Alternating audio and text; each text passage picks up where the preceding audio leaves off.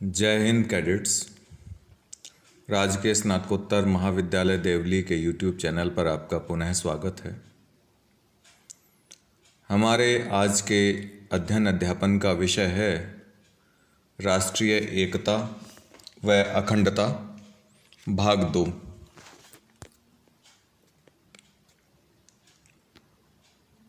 इसके अंतर्गत हम अनेकता में एकता जानेंगे, यूनिटी इन डाइवर्सिटी। हम सब जानते हैं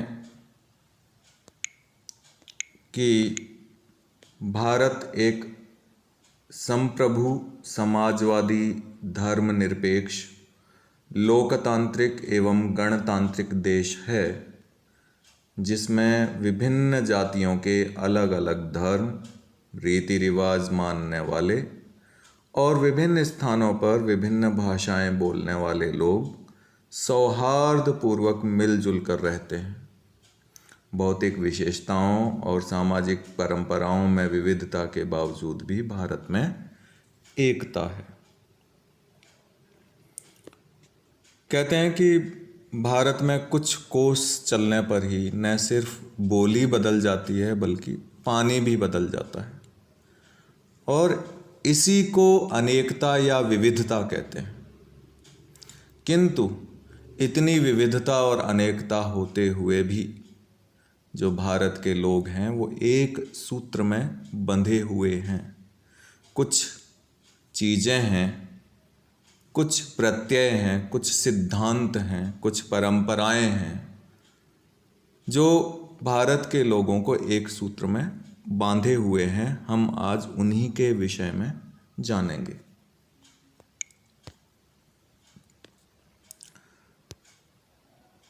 कैडेट्स, आपको ये भी ज्ञात है कि भारतीय संस्कृति की सबसे प्रमुख विशेषता भी यही है, अनेकता में एकता, विविधता में एकता।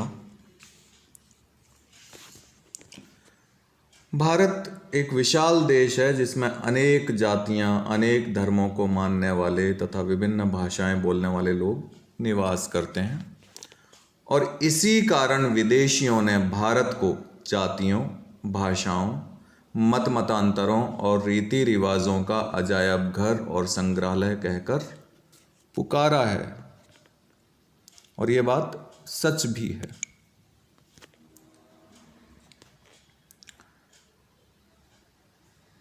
बहुत सारी भौतिक विशेषताओं और सामाजिक परंपराओं के होते हुए, यानी भौतिक विशेषताओं और सामाजिक परंपराओं में विविधता के बावजूद भी भारत में एकता है। क्षेत्र, भाषा, संस्कृति तथा आर्थिक अंतर्निर्भरता जैसे कई बंधनों से यह जुड़ा हुआ है। जोड़ने वाले सूत्रों में क्या क्या चीज़ें बताई गई हैं? एक तो क्षेत्र, एक क्षेत्र में रहने वाले, क्षेत्र विशेष में रहने वाले लोग क्षेत्रीयता के बंधन से भी जुड़े रहते हैं। जैसे जैसलमेर का रहने वाला व्यक्ति यदि राजस्थान के सीकर जिले में रहने वाले व्यक्ति से भी मिले तो उनमें ये एक सूत्रता होगी कि वे दोनों राजस्थानी हैं। भाषा के आधार पर यह सूत्र काम करता है, संस्कृति के आधार पर यह सूत्र काम करता है, तथा आंतरिक आर्थिक अंतर्निर्भरता भी एक प्रकार का बंधन है जो इन्हें बांधे रखता है, इन्हें एक रखता है, सूत्र है। क्योंकि भारत में प्रत्येक व्यक्ति एक दूसरे पर आर्थिक रूप से निर्भर है, सबको एक दूसरे की सहायता चाहिए। किसान अगर अन्न उपजा के बेचेगा तो सामान व्यापारी से खरीदेगा, व्यापारी किसान से अन्न खरीदेगा। तो इस तरह से आर्थिक रूप से एक दूसरे पर निर्भर है। और यदि हम सूक्ष्मता से देखें तो भारत की जो ये विविधता या अनेकता है यह सतही है, अर्थात ऊपर से जो भारत के लोग हैं अनेक या विविध दिखाई देते हैं, किंतु अंदर से वो एक हैं, उनमें एकता विद्यमान है। ऊपर से देखने पर ही ये विविधता या अनेकता लगती है, किंतु है नहीं। ये एकता का ही एक अलग प्रत्यय या आयाम है। इन विभिन्नताओं के अंदर भी एकता के तत्व छिपे हुए हैं। भारत में अनेकता में एकता का ज्ञान अग्रलिखित तथ्यों से होता है। आगे वाली स्लाइड में आपको कुछ तथ्य बताए जाएंगे जिनसे सिद्ध होगा कि अनेकता या विविधता होते हुए भी भारत के लोग किस प्रकार एक हैं। ये आपको 6 तत्व स्क्रीन पर दिखाई दे रहे हैं, 6 कारक स्क्रीन पर दिखाई दे रहे हैं। ये क्या है? भौगोलिक एकता, दूसरा है राजनीतिक एकता, तीसरा है धार्मिक एकता, चौथा है भाषिक एकता, पांचवा है सामाजिक एकता और छठा व अंतिम है सांस्कृतिक एकता। इसके अतिरिक्त भी अन्य कई तथ्य हो सकते हैं, तत्व हो सकते हैं, कारक हो सकते हैं, किंतु प्रमुख रूप से हम आज इन्हीं का अध्ययन करेंगे। तो हम पहला तथ्य अथवा कारक लेते हैं भौगोलिक एकता। हम सब जानते हैं कि वास्तव में भौगोलिक दृष्टि से जो भारत है वह सुदृढ़ प्राकृतिक सीमाओं से सुरक्षित है। इसके आसपास प्राकृतिक वातावरण ही ऐसा है कि ये अलग से कोई परकोटा या तारबंदी करने की आवश्यकता पूरे भारत के आसपास नहीं बनी। तीन ओर से तो समुद्र से घिरा हुआ है, तो वैसे ही सुरक्षित है। इसके उत्तर में आप जानते हैं कि हिमालय पर्वत है। 3 दिशाओं में समुद्र के जलने से घेर रखा है।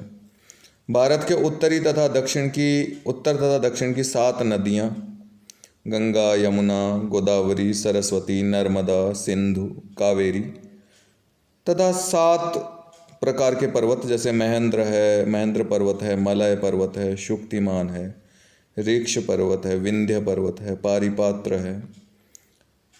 इनके प्रति भी भारतीयों का जो मोह व निष्ठा है वह भारत की अखंड एकता का प्रबल प्रमाण है।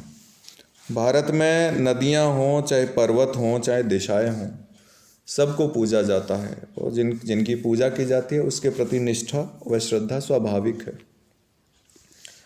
अगला भारत को अखंड रखने वाला तत्व है राजनीतिक एकता।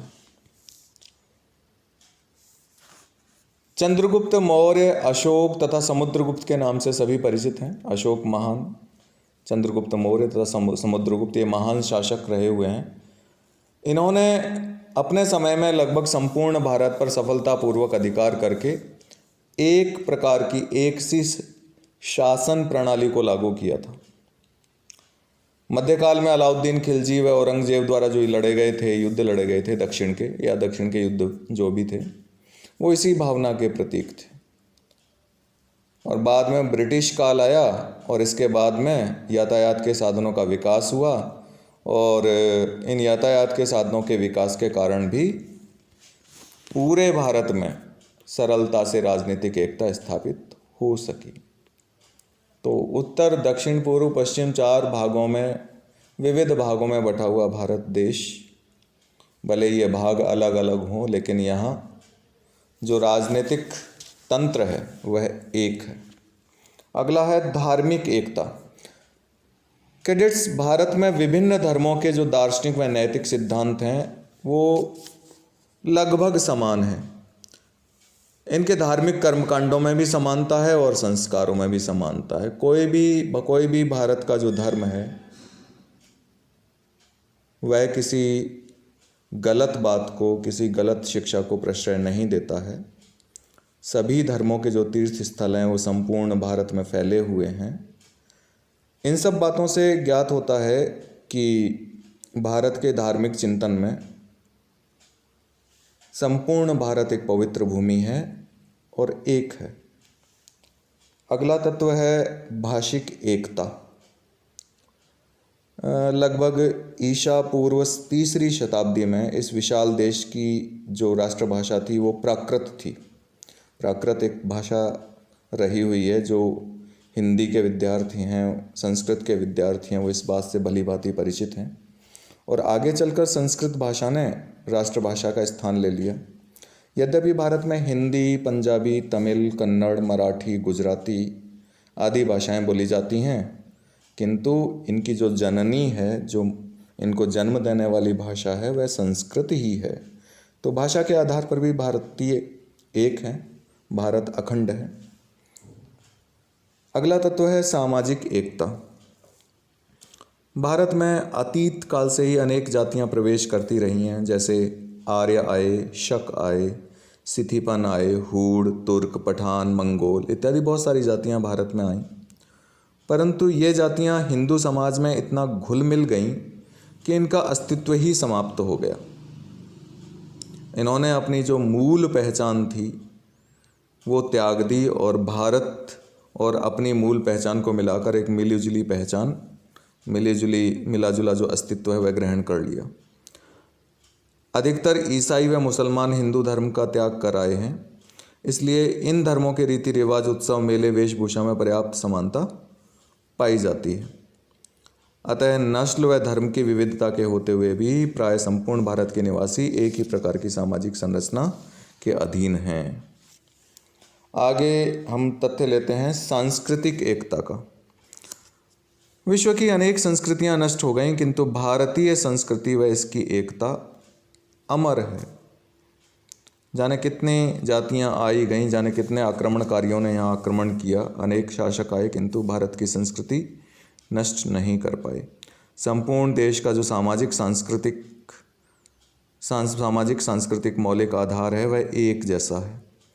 सभी देशवासियों की संसार के प्रति भावना एक जैसी है। सभी प्रांतों, वर्गों, भाषा भाषियों, संप्रदायों के जीवन की पृष्ठभूमि ग्रामीण है। सभी साहित्यों का जीवन दर्शन लगभग एक सा है। कल्पना की उड़ान एक सी है, अलंकार एक से हैं, आत्मा की पुकार एक सी है। डॉक्टर मुखर्जी के अनुसार प्राकृतिक और भौगोलिक विशेषताओं, ऐतिहासिक अनुभवों, धार्मिक विचारों तथा राजनीतिक आदर्शों के कारण भारत में एकता की भावना का विकास हुआ और इन्हीं कारणों से यह स्थिर और अधिक दृढ़ होता गया। तो ये थे वो कारक जो भारत को अखंड रखते हैं। इसके साथ ही यदि भारत की अखंडता को, राष्ट्रीय अखंडता को और बढ़ाना हो तो कुछ सुझावों पर अमल किया जा सकता है। आपको स्क्रीन पर ये सुझाव दिख रहे होंगे। हम एक एक करके इन सुझावों के बारे में बात करेंगे। पहला सुझाव है राष्ट्रीय शिक्षा नीति का। आप जानते हैं किसी भी राष्ट्र को परिचालित करने के लिए नीतियाँ आवश्यक होती हैं। उसी प्रकार शिक्षा से संबंधित भी जो नीति होती है वह शिक्षा नीति कहलाती है, जो पूरे राष्ट्र पर लागू होती है। किंतु भारत की विडंबना ये है कि आज पूरे देश में एक प्रकार की शिक्षा प्रणाली लागू नहीं है, एक प्रकार की शिक्षा नीति नहीं है। यदि पूरे देश में एक ही प्रकार की शिक्षा प्रणाली होगी तो इससे पूरे विद्यार्थियों को एक ही प्रकार का राष्ट्रीय साहित्य प्राप्त होगा। चाहे छात्रों का प्रवेश हो, भर्ती हो अथवा छात्रवृत्ति हो, बुद्धिमत्ता हो, कुशलता हो, आर्थिक परिस्थिति हो, ये इस पर आधारित होना चाहिए। जो राष्ट्रीय शिक्षा नीति है उसका आधार छात्रों का प्रवेश, छात्रवृत्ति, बुद्धिमत्ता, कुशलता और आर्थिक परिस्थिति होना चाहिए, ना कि जाति, धर्म या समुदाय। तो ये दूर करके हम एक ऐसी राष्ट्रीय शिक्षा नीति को बना सकते हैं, और एक अगर राष्ट्रीय शिक्षा नीति एक होगी तो भारत और भी अधिक अखंड और एक रहेगा। दूसरा है पाठ्यक्रम का पुनः रूपांकन। पाठ्यक्रम के प्रत्येक विषय को राष्ट्रीय आवश्यकताओं और उपलब्धियों के दृष्टिकोण से पढ़ाया जाना चाहिए। विभिन्न विषयों को जो विषय पढ़ाए जाते हैं उसमें राष्ट्रीय इतिहास, राष्ट्रीय साहित्य, विभिन्न भाषाएं, नैतिक और मानवीय शिक्षा, कला और संगीत आदि के शिक्षण पर, आदि विषयों पर और अधिक जोर देना चाहिए। तीसरा जो सुझाव है वह हो सकता है कि पाठ्यक्रम से जुड़े अन्य क्रियाकलापों का आयोजन किया जाए। तो पाठ्यक्रम आवश्यक है, लेकिन उससे जुड़ी हुई जो पाठ्य सहगामी क्रियाएं हैं वह भी बहुत आवश्यक हैं। इन पाठ्य सहगामी क्रियाओं में या अन्य क्रियाकलापों में नाम लिया जा सकता है राष्ट्रीय उत्सव का, कि प्रत्येक विद्यालय, महाविद्यालय या शिक्षण संस्थान में राष्ट्रीय उत्सवों को आनंद से मनाया जाए। जैसे स्वतंत्रता दिवस है, गणतंत्र दिवस है, और इन दिवसों को पूरे गर्व के साथ मनाया जाना चाहिए। दूसरा सुझाव है दूसरे समुदायों के त्यौहार। दूसरे समुदायों के त्योहारों को भी और उत्सवों को भी अन्य समुदायों को उत्साहपूर्वक मनाना चाहिए और उसे मनाने के लिए प्रोत्साहित करना चाहिए, ताकि एक दूसरे समुदाय के मध्य में सद्भावना बढ़े। राष्ट्रगान भी राष्ट्रीय अखंडता को बढ़ावा देने के लिए बहुत आवश्यक है। प्रातः राष्ट्रगान को पाठशालाओं में, महाविद्यालयों में और सभी महत्वपूर्ण राष्ट्रीय अवसरों पर गाया जाना चाहिए, बजाया जाना चाहिए। अगला है राष्ट्राध्यक्ष व राष्ट्रीय महत्व की प्रतिमाओं के प्रति आदर। राष्ट्राध्यक्ष चाहे किसी भी दल का हो, यदि वह राष्ट्राध्यक्ष है तो उसके महत्व को मानना चाहिए। महत्वपूर्ण अवसरों पर झंडा वंदन की और उसके नियमों की चर्चा करनी चाहिए, और जो भी राष्ट्रीय महत्व की प्रतिमाएं हैं उनके प्रति हमें आदर या श्रद्धा भाव रखना चाहिए, तभी हम अपने राष्ट्र के प्रति श्रद्धा भाव रख पाएंगे। यदि हमारे राष्ट्र के प्रतीकों के प्रति और राष्ट्राध्यक्ष के प्रति आदर सम्मान की भावना नहीं होगी तो हमारे राष्ट्र के प्रति भी नहीं होगी। अगला सुझाव हो सकता है राष्ट्रभाषा का उपयोग। हम प्रतिदिन के जीवन में राष्ट्रभाषा का जितना उपयोग करेंगे उतना ही हम एक दूसरे से जुड़ेंगे और एकता का अनुभव करेंगे। सामुदायिक सौहार्द और राष्ट्रीय एकता के विषयों पर सेमिनार, नाटक और प्रदर्शनी का आयोजन। इनके सेमिनार करवाने से, नाटक का मंचन करने से और प्रदर्शनी इत्यादि का आयोजन करने से दोनों अनेक समुदायों के बीच में आपसी सामंजस्य बढ़ेगा और राष्ट्रीय एकता को बल मिलेगा। अंतर्राज्यीय खेलकूद का आयोजन। अगर अंतर्राज्यीय खेलकूद होंगे तो एक राज्य के खिलाड़ी दूसरे राज्य में जाएंगे, आपस में मेल जोल करेंगे और खेल के माध्यम से उनके मध्य जो बॉन्डिंग है, जो एक सूत्रता का भाव है वह बढ़ेगा। वो एक दूसरे की संस्कृति से परिचित होंगे, आपसी सद्भावना बढ़ेगी और जो व्यर्थ के भ्रम हैं उत्तर दक्षिण पूर्व पश्चिम के, वो दूर होंगे। और खेल कूद से आदमी न सिर्फ शारीरिक रूप से स्वस्थ रहता है बल्कि उसका मस्तिष्क भी स्वस्थ रहता है, सोच भी बदलती है। सांस्कृतिक आदान प्रदान। आपसी समझबूझ और विभिन्न संस्कृतियों को समझने के लिए अंतर्राज्यीय सांस्कृतिक आदान प्रदान जरूरी है। एक राज्य के विद्यार्थियों को दूसरे राज्य में घुमाने के लिए ले जाना चाहिए, शैक्षिक भ्रमण या पर्यटन को बढ़ावा देना चाहिए। अगला कारक है अंतर्राज्यीय विवाहों को प्रोत्साहन। यदि अंतर्राज्यीय, अंतरजातीय और अंतर सामुदायिक विवाहों को बढ़ावा दिया जाता है तो इससे विभिन्न समुदायों के बीच में जो बड़ी खाई है, जो बड़ा अंतर है, उसे भरने में मदद मिलेगी। लोगों के मन में जो विद्वेष हैं, जो ऊंच नीच की भावना है, जो भेदभाव की भावना है, वह समाप्त होगी। प्रांतवाद समाप्त हो जाएगा। एक राज्य दूसरे राज्य से परिचित होगा, एक जाति दूसरी जाति से परिचित होगी, एक समुदाय दूसरे समुदाय से परिचित होगा। अगला जो महत्वपूर्ण सुझाव है वह है राष्ट्रीय कैडेट कोर जैसे जैसी गतिविधियां। हम सब एनसीसी से जुड़े हुए हैं और ये भली भांति जानते हैं कि एनसीसी इस देश का प्रतिष्ठित संस्थान है जहां से देश के सक्रिय नौजवानों का विकास होता है। एनसीसी का आदर्श वाक्य एकता और अनुशासन है। यहाँ बहुत बड़ी संख्याओं में शिविरों का आयोजन किया जाता है। गणतंत्र दिवस परेड राष्ट्रीय अखंडता को बढ़ाने में सबसे महत्वपूर्ण है, जो एनसीसी की प्रमुख गतिविधि है। एक कैंप भी होता है। विद्यार्थियों और कैडेट्स का सीधा संबंध क्रिया से होता है। नैतिकता जो वे पढ़ाते हैं, जो वे जिन मूल्यों की स्थापना करते हैं और जिन आदर्श विचारों से प्रेरित होते हैं, वो सभी युवकों पर उत्तम प्रभाव डालते हैं और एनसीसी अधिकारी इन नौजवानों को परिवर्तित करने व आकार देने में महत्वपूर्ण भूमिका व सहयोग करते हैं। एनसीसी के कुछ क्रियाकलापों के माध्यम से राष्ट्रीय अखंडता को और बढ़ावा मिल सकता है, जैसे साहसिक प्रशिक्षण है। समस्त भारतवर्ष से जो कैडेट हैं वे लंबी यात्रा करते हैं, साइकिल रैली निकालते हैं, मोटरसाइकिल रैली निकालते हैं, पैरा जंपिंग करते हैं, हैंग ग्लाइडिंग करते हैं, मिलकर रहते हैं, दूसरों की प्रथाओं, भाषाओं, सभ्यताओं, संस्कृति इत्यादि को समझते हैं। और जो एएनओज हैं, एनसीसी अधिकारी हैं और जो एनसीसी संस्थान के अंतर्गत जो कर्मचारी हैं वे सुनिश्चित करते हैं कि सभी सामंजस्यपूर्ण ढंग से एक दूसरे के साथ रहें। इसके अलावा सांस्कृतिक क्रियाकलाप आयोजित किए जाते हैं शिविर में, जो एक दूसरे की संस्कृति और सभ्यताओं को समझने का उत्तम माध्यम है और एक दूसरे के सामाजिक जो मूल्य हैं उनका आदर सम्मान इसके माध्यम से बढ़ सकता है। विभिन्न प्रकार के कैंप या शिविर निदेशालय स्तर पर, महानिदेशालय के स्तर पर अनेक प्रकार के जो शिविर हैं वो आयोजित किया जाता है, जिसमें देश के कोने कोने से आकर कैडेट और एएनओज भाग लेते हैं।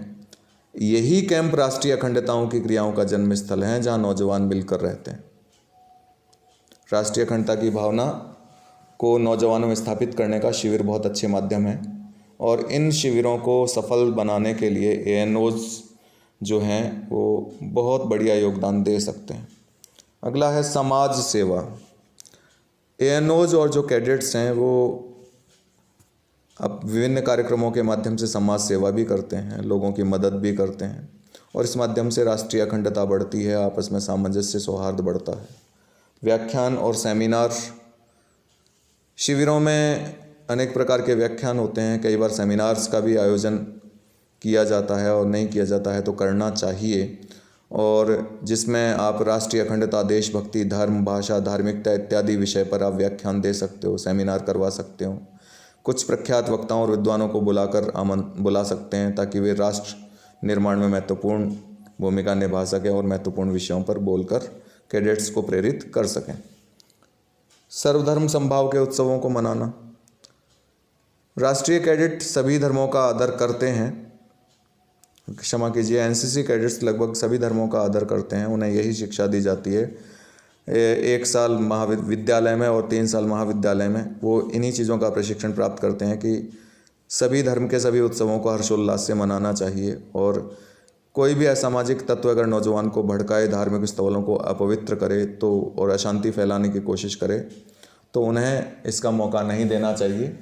और अगर कैडेट्स के समान समाज के सारे लोग आपस में मिलजुल कर रहने लग जाएं तो अशांति फैलाने का कोई मौका ऐसे असामाजिक तत्वों को कभी नहीं मिलेगा।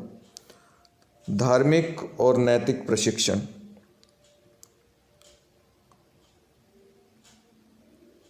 धार्मिक और नैतिक हिदायतों पर 1949 में एक समिति, प्रकाश समिति स्थापित की गई थी और उसका कहना है कि विभिन्न धर्मों में किसी भी प्रकार का कोई विरोध नहीं है। इसी को आदर्श वाक्य मानकर समाज के सभी लोगों को धार्मिक और नैतिक प्रशिक्षण देना चाहिए। एनसीसी कैडेट्स हमेशा ये प्रशिक्षण प्राप्त करते हैं और वो कंपैरेटिवली, आनुपातिक रूप से ज़्यादा सौहार्दपूर्ण व्यवहार उनका होता है, धर्मों के प्रति उदार भाव उनके मन में होता है। शिक्षकों की भूमिका। जो महाविद्यालय, विद्यालय में पढ़ाने वाले शिक्षक हैं वो, साथ ही जो एएनओज हैं वो भी एक प्रकार के शिक्षक ही हैं। वे राष्ट्रीय मूल्यों और भारतीयता को अपने विद्यार्थियों में स्थापित करें ताकि वो जाति, धर्म, भाषा और क्षेत्र की से संबंधित जो भेदभाव हैं, जो विवाद हैं, उनसे वो दूर हो पाएँ और राष्ट्रीयता के विचार वाले शिक्षक ही एकता और सामूहिकता को मजबूती से स्थापित कर सकते हैं। तो ये विभिन्न सुझाव थे। आज का गृह कार्य अंकित कर लीजिए। आज का गृह कार्य है कि राष्ट्रीय एकता एवं अखंडता को बढ़ावा देने में एनसीसी कैसे सहायक है। साधारण सा प्रश्न है, ये आपने पढ़ा है, आपको इसका उत्तर लिखना है। आज के लिए बस इतना ही। आप सब लोगों का बहुत बहुत धन्यवाद।